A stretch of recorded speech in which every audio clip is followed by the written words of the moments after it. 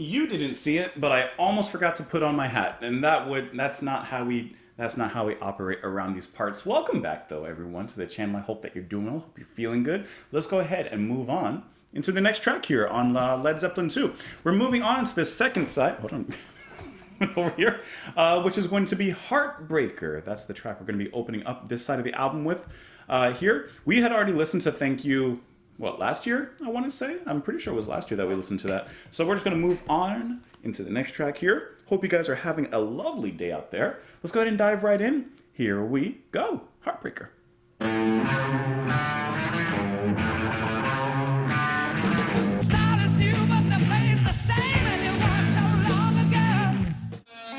Just a full stop.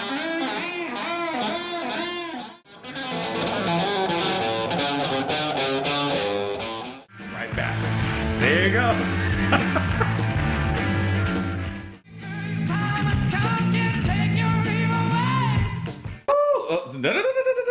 Not just yet, not just yet. Okay, we got to back it up to Page's riff. We'll talk about the guitar solo and stuff. All right, but the riff in the beginning, right? Not only... You guys know it's a great formula because rock and metal bands have been doing it forever. You start off with like just some sort of unique, nice swinging riff, and then you let that lead into the rest of the music when the band comes in, right? It's a great formula. It works every single time, pretty much. Most of the time, it works every time. Listen to the riff, though, that Page is using here, because it has such a rhythmic swing to it. So I like how it's not just a stagnant, you know, I don't know, standard kind of counted in. It has a little bit of a swing, a stall, and then a speed up in it.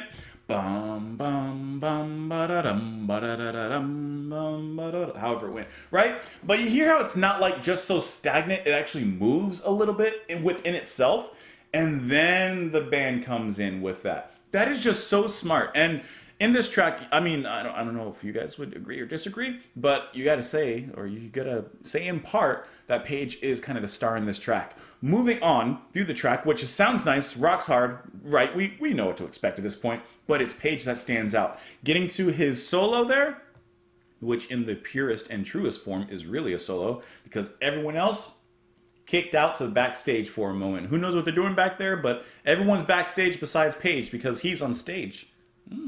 Pulling off a solo. And I like how it's not like rhythmically a part of what was built up before. It's kind of its own separate entity within the track there. And I really like that. And it doesn't even really connect into the following solo when the band does come back in. So I really like how it's kind of its own little monster there within the track, kind of separate from what came before and what would come after. But it still sounds really good in the mix of this track. But when he does come back in with the rest of the band, now that sounds really, really good. They have some nice transitions between the verse, the chorus, and between those solos going back into the final verse there, in which Plant sounds really, really good. Paul Jones on the bass is doing a very, very great job in just some of the speed in which he's playing some of those notes there. Very growly, very deep. There's a lot of depth to look into that bass playing. Obviously, the drumming is great, but Page, to me, is kind of the standout on this one. Hey fellas, have you heard the news? You know that Annie's back in town. I won't take long, just watch and see how the fellas lay their money down.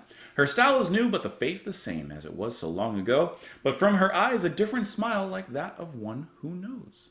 Well, it's been 10 years or maybe more since I first set eyes on you, so now the perspective is changing. First he was talking to the fellas, now he's probably talking to Annie here. The best years of my life gone by, here I am alone in blue. Some people cry and some people die by the wicked ways of love, but I'll just keep on rolling along with the grace of the Lord above. So he says, you're back in town and listen, you broke my heart. Now I don't know if he's trying to reconnect and possibly jump that spark.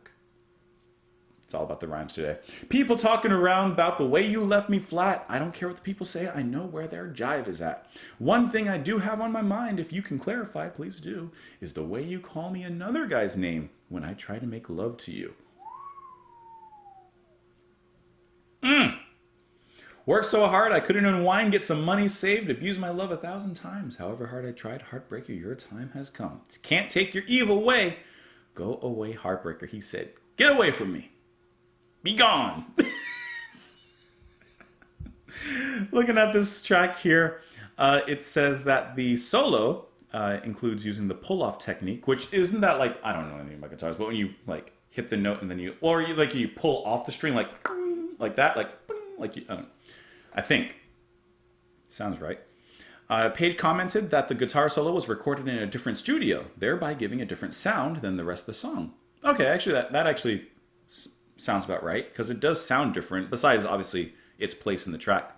He added that this was the first recorded instance of his Gibson Les Paul Marshall stack combination.